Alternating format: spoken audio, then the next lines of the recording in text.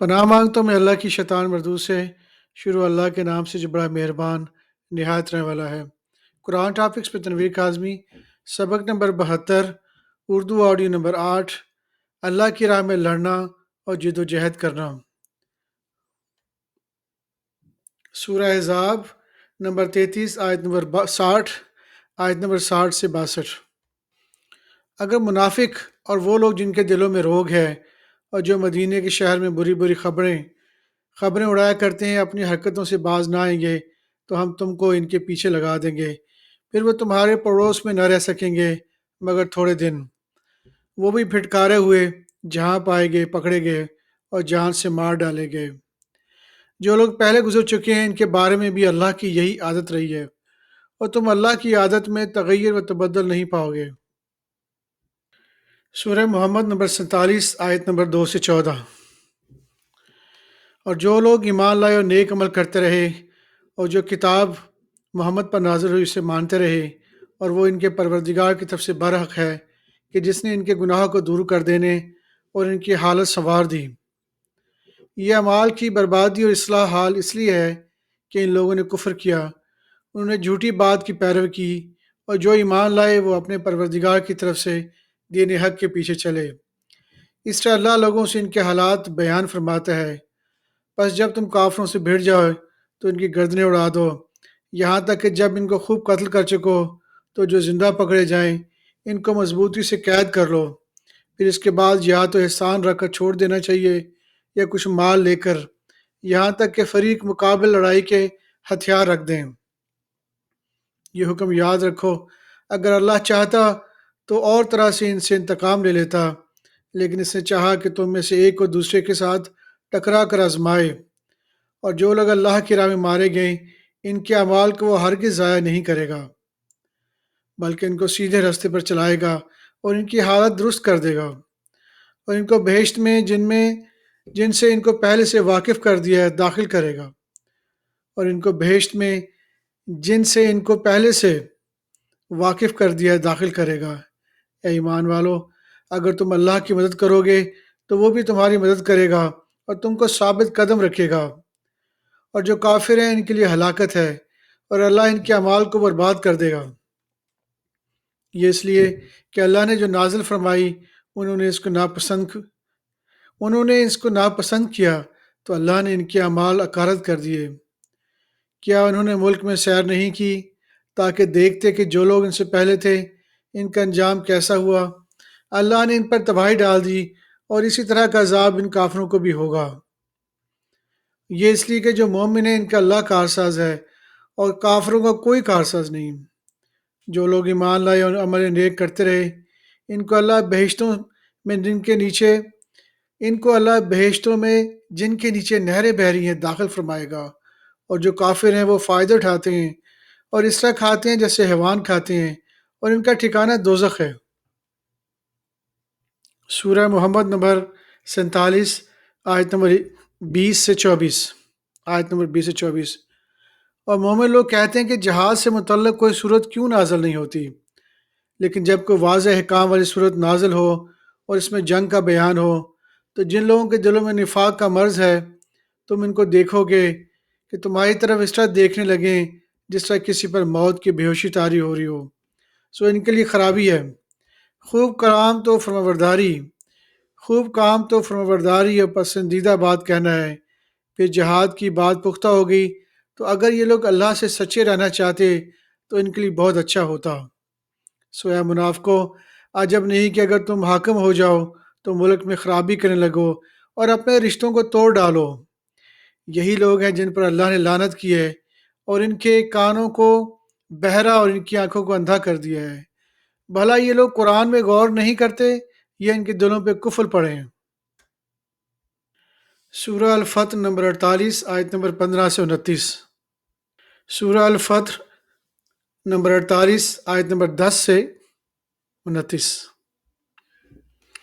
اے نبی، جو لوگ تم سے بیعت کرتے ہیں وہ در حقیقت اللہ سے بیعت کرتے ہیں، اللہ کا ہاتھ ان کے ہاتھوں پر ہے، پھر جو شخص عہد کو توڑے تو عہد توڑنے کا نقصان اسی کو ہے، اور جو اس بات کو جس کا اس نے اللہ سے عہد کیا ہے پورا کرے تو وہ اسے عنقریب اجر عظیم عطا کرے گا تو وہ اسے عنقریب اجر عظیم دے گا۔ اے نبی، جو گنوار پیچھے رہ گئے وہ تم سے کہیں گے کہ ہم کو ہمارے مال اور اہل عیال نے روک رکھا تھا، تو آپ ہمارے لیے اللہ سے بخشش مانگے۔ یہ لوگ اپنی زبان سے وہ بات کہتے ہیں جو ان کے دل میں نہیں ہے۔ کہہ دو کہ اگر اللہ تم لوگوں کو نقصان پہنچانا چاہے یا تمہیں فائدہ پہنچانے کا ارادہ فرمائے تو کون ہے جو اس کے سامنے تمہارے لیے کسی بات کا کچھ اختیار رکھے؟ کوئی نہیں، بلکہ جو کچھ تم کرتے ہو اللہ اس سے واقف ہے۔ بات یہ ہے کہ تم لوگ یہ سمجھ بیٹھے تھے کہ پیغمبر اور مومن اور اپنے اہل عیال میں کبھی لوٹ کر آنے کے نہیں، اور یہی بات تمہارے دلوں کو اچھی معلوم ہوئی اور اسی وجہ سے تم نے برے برے خیال کیے اور آخر کار تم ہلاکت میں پڑ گئے۔ اور جو شخص اللہ اور اس کے پیغمبر ایمان نہ لائے تو ہم نے ایسے کافروں کے لیے آگ تیار کر رکھی ہے۔ اور آسمان اور زمین کی حکومت اللہ کی ہے، وہ جسے چاہے بخشے اور جسے چاہے سزا دے، اور اللہ بخشنے والا ہے، مہربان ہے۔ جب تم لوگ مال غنیمت لینے چلو گے تو جو لوگ پیچھے رہ گئے تھے وہ کہیں گے ہمیں بھی اجازت دیجیے کہ آپ کے ساتھ چلیں، کہ چاہتے ہیں کہ اللہ کے قول کو بدل دیں۔ کہہ دو کہ تم ہرگز ہمارے ساتھ نہیں چل سکتے، اسی طرح اللہ نے پہلے سے فرما دیا ہے۔ پھر کہیں گے نہیں، تم تو ہم سے حسد کرتے ہو۔ بات یہ ہے کہ یہ لوگ سمجھتے ہی نہیں، بلکہ بہت کم۔ اے نبی، جو گنوار پیچھے رہ گئے تھے ان سے کہہ دو کہ تم ایک سخت جنگجو قوم کے ساتھ جنگ کے لیے بلائے جاؤ گے۔ ان سے تم یا تو جنگ کرتے رہو گے یا وہ ہار مان لیں گے، اور اگر تم حکم مانو گے تو اللہ تم کو اچھا بدلہ دے گا، اور اگر منہ پھیر لو گے جیسے پہلی دفعہ پھیرا تھا تو وہ تم کو بڑی تکلیف کی سزا دے گا۔ نہ تو اندھے پر سختی ہے سفر جنگ سے پیچھے رہ جانے میں، اور نہ لنگڑے پر اور نہ بیمار پر سختی ہے، اور جو شخص اللہ اور اس کے پیغمبر کے فرمان پہ چلے گا فرمان پر چلے گا، اللہ اس کو بہشتوں میں داخل کرے گا جس کے نیچے نہریں بہہ رہی ہیں، اور جو روگردانی کرے گا وہ اسے دردناک عذاب دے گا۔ اے پیغمبر، جب مومن تم سے اس درخت کے نیچے بیعت کر رہے تھے تو اللہ ان سے خوش ہوا، اور جو صدق و خلوص ان کے دلوں میں تھا وہ اس نے معلوم کر لیا تو ان پر تسکین نازل فرمائی اور انہیں جلد فتح عنایت کی، اور بہت سی غنیمتیں وہ آئندہ بھی حاصل کریں گے، اور اللہ غالب ہے، حکمت والا ہے۔ اللہ نے تم سے بہت سی غنیمتوں کا وعدہ فرمایا ہے کہ تم ان کو حاصل کرو گے، پھر اس نے یہ غنیمت تمہیں جلدی سے دلوا دی اور لوگوں کے ہاتھ تم سے روک دیے۔ غرض یہ تھی کہ یہ مومنوں کے لیے اللہ کی قدرت کا نمونہ بن جائے اور وہ تم کو سیدھے راستے پر چلائے۔ اور کچھ اور غنیمتیں دے گا جن پر تم قدرت نہیں رکھتے، اور وہ اللہ کی قدرت میں ہیں، اور اللہ ہر چیز پہ قادر ہے۔ اگر تم سے کافر لڑتے تو وہ پیٹھ پھیر کر بھاگ جاتے، پھر وہ کسی کو دوست پاتے نہ مددگار۔ یہی اللہ کی عادت ہے جو پہلے سے چلی آتی ہے، اور تم اللہ کی عادت میں کبھی تبدیلی نہ پاؤ گے۔ اور وہی تو ہے جس نے تم کو ان کافروں پر فتح یاب کرنے کے بعد سرحد مکہ میں ان کے ہاتھ تم سے اور تمہارے ہاتھ ان سے روک دیے، اور جو کچھ تم کرتے ہو اللہ اس کو دیکھ رہا ہے۔ یہ وہی لوگ ہیں جنہوں نے کفر کیا اور تم کو مسجد حرام سے روک دیا، اور قربانیوں کو بھی کہ اپنی جگہ پہنچنے سے رکی رہیں۔ اگر ایسے مسلمان مرد اور مسلمان عورتیں نہ ہوتی جن کو تم جانتے نہ تھے کہ اگر تم ان کو پامال کر دیتے تو تم کو ان کی طرف سے بے خبری میں نقصان پہنچ جاتا، تو بھی تمہارے ہاتھ سے فتح رہتی، مگر تاخیر اس لیے ہوئی کہ اللہ اپنی رحمت میں جس کو چاہے داخل کرے۔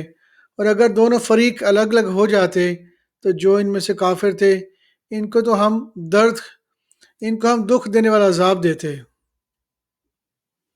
جب کافروں نے اپنے دلوں میں ضد کی اور ضد بھی جاہلیت کی تو اللہ نے اپنے پیغمبر اور مومنوں پر اپنی طرف سے تسکین نازل فرمائی اور ان کو پرہیزگاری کی بات پر قائم رکھا۔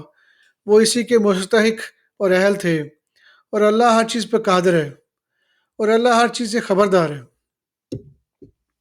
بے شک اللہ نے اپنے پیغمبر کو سچا اور صحیح خواب دکھایا تھا کہ تم انشاءاللہ مسجد حرام میں اپنے سر منڈوا کر یا اپنے بال تشروا کر امن و اطمینان سے داخل ہوگے اور کسی طرح کا خوف نہ کرو گے۔ تو جو بات تم نہیں جانتے تھے، جو بات تم نہیں جانتے تھے اللہ کو معلوم تھی، سو اس نے اس سے پہلے ہی جلد ایک فتح عطا فرمائی۔ وہی تو ہے جس نے اپنے پیغمبر کو ہدایت کی کتاب اور دین حق دے کر بھیجا تاکہ اس کو تمام دینوں پر غالب کر دے، اور حق بات ثابت کرنے کے لیے اللہ ہی کافی ہے۔ محمد اللہ کے پیغمبر ہیں، اور جو لوگ ان کے ساتھ ہیں وہ کافروں کے مقابلے میں تو سخت ہیں اور آپس میں رحم دل۔ اے دیکھنے والے، تو ان کو دیکھتا ہے کہ اللہ کے آگے جھکے ہوئے برسجود ہیں اور اللہ کا فضل اور اس کی خوشنودی طلب کر رہے ہیں۔ کثرت سجود کے اثر سے ان کے پیشانیوں پر نشان پڑے ہوئے ہیں۔ ان کے یہی اوصاف تورات میں ہیں، یہی اوصاف انجیل میں ہیں۔ وہ گویا ایک کھیتی ہیں جس نے پہلے زمین میں اپنی سوئی نکالی، پھر اس کو مضبوط کیا، پھر موٹی ہوئی، پھر اپنے تنے پر سیدھی کھڑی ہو گئی اور لگی کھیتی والوں کو خوش کرنے، تاکہ کافروں کا جی جلائے۔ جو لوگ ان میں سے ایمان لائے اور نیک عمل کرتے رہے، ان سے اللہ نے گناہوں کی بخشش اور اجر عظیم کا وعدہ کیا ہے۔